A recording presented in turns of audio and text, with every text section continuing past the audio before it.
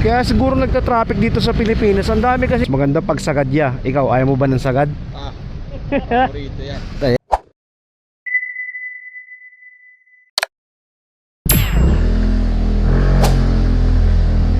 Let's go mga ropa. Kakapilan tayo saglit.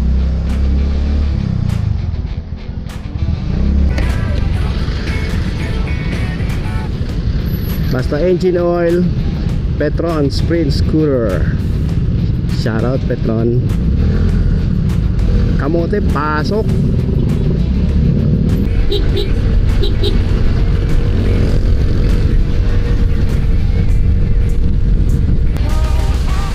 She said goodbye too many times before. Too many times before.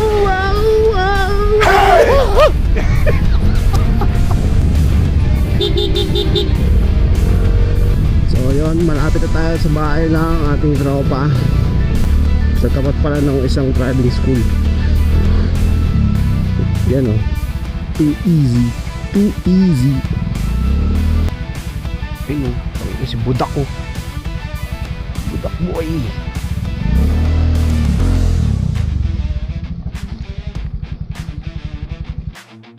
Don't picture me. Pagas ka na? Dun na.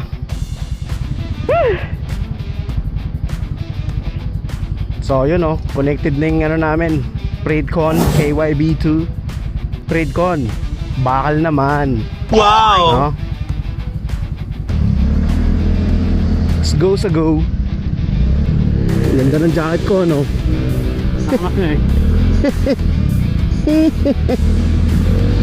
Libre lang yan. Ayun. Kung sabi na sa yellow basket na naman yan. Wala. Ano? Libre lang kasi buy one take one nun eh. So nakonect na namin yung aming mga KYB2. Pero hindi kami nag music sharing. Nagkanya-kanya kami buhay ngayon. Kasi mga trip niyan tugtog ano eh, mga emin-emin eh. Ay saan pumunta? Ha? Saan pumunta? Kagabi? Tangina mo kahapon, nauutal ka na, magsisinungaling ka no? Hindi. Kagabi ko sinabi diba? Eh kahapon nga ako na gano'n. Oo nga, saan ka nga pumunta? Lumabas ako diba? Bumili akong cat food. Oo. Green niya, full tank. Sakit po ba natin, sir? Yes. Mas maganda pag sagad ya. Ikaw, ayaw mo ba ng sagad? Ayan, yan ang pinakamaganda dyan. Okay na yan niya, baka umungol na. Yung ano, yung gas, baka tumapon. May kinainan kami kuya sa Marikina, 6-quart meal. We, magkano? Ulit gagi kahit walang rice. Magkano? I mean mabubusog ka kasi kompleto. May appetizer, may ano.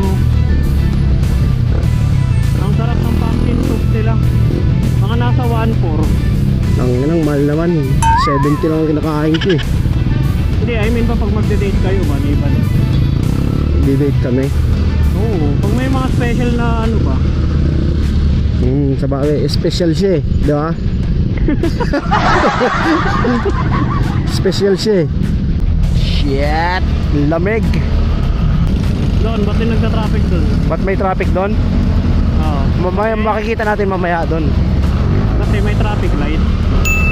Ah, ganun pala. Oo nga, no?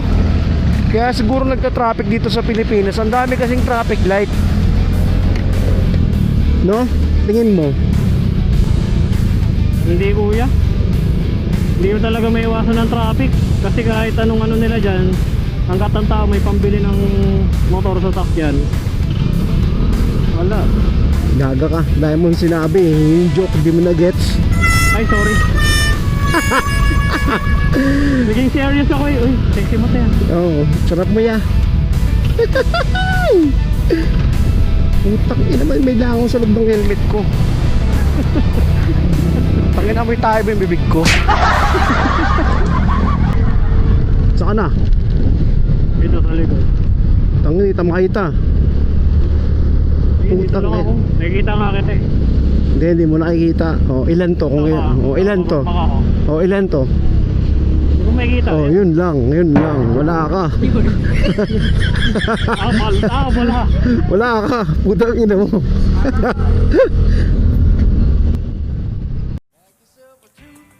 Tropa, alam mo ba kung bakit tayo nagra-ride? Hindi lang para makarating sa pupuntahan. Minsan, sumasakay tayo para makalimot. Minsan para mag-isip. At minsan naman, para hanapin ang kapayapaang hindi natin makita sa bahay o sa trabaho.